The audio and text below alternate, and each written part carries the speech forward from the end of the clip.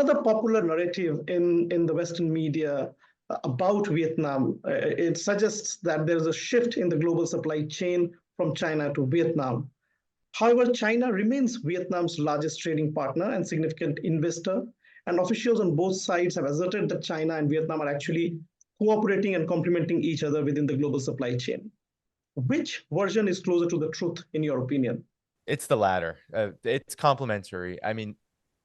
China and Vietnam, the competition just does not really exist because each country is in their own particular stage of development. China has had more time, has had certain advantages historically, politically, economically, that Vietnam just hasn't had. Vietnam is only about 3 decades out from a total sanctions campaign after a massive decades-long war, first the United States, but before that France, which left it devastated without really any infrastructure, so to speak.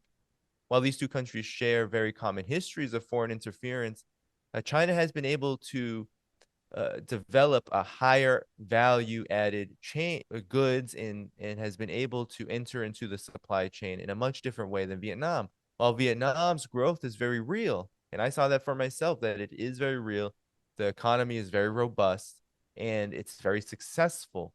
However, because Vietnam is still at a stage of underdevelopment below that of China's, that means that what China has to offer indeed complements Vietnam, and what Vietnam has to offer indeed complements China. When I was in Vietnam, I noticed that there's a huge need for transportation, infrastructure development. And guess what? Well, when these two countries were meeting during this state visit, that's exactly what they were talking about, how to increase not only Vietnam's capacity, but the linkage between the two countries when it comes to the rail system, because that will allow for both countries to benefit from their cooperation, to increase trade by a massive amount. And that is the goal here. The goal here is to build each other up. It is not to take each other down.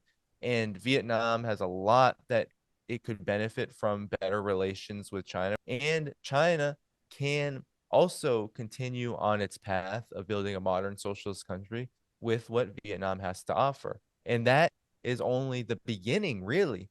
But it is indeed a possibly lucrative and complementary relationship that is years in the making and now has taken, I believe, a huge leap during this state visit.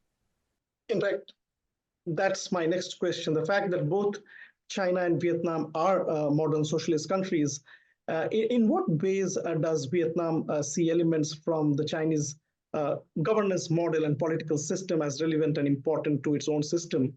Uh, can you possibly provide some examples of specific areas where the two countries are cooperating in terms of governance and political practices? Vietnam and China both are led by incredibly popular communist parties. While they're different in form and, of course, match their respective cultural, national, economic, political characteristics of each country, the Communist Party of Vietnam and the Communist Party of China do share a fraternal bond because they're both communist parties following the path of Marxism toward a modern socialist and indeed as outlined in both constitutions, a communist world. That's the common goal that they share.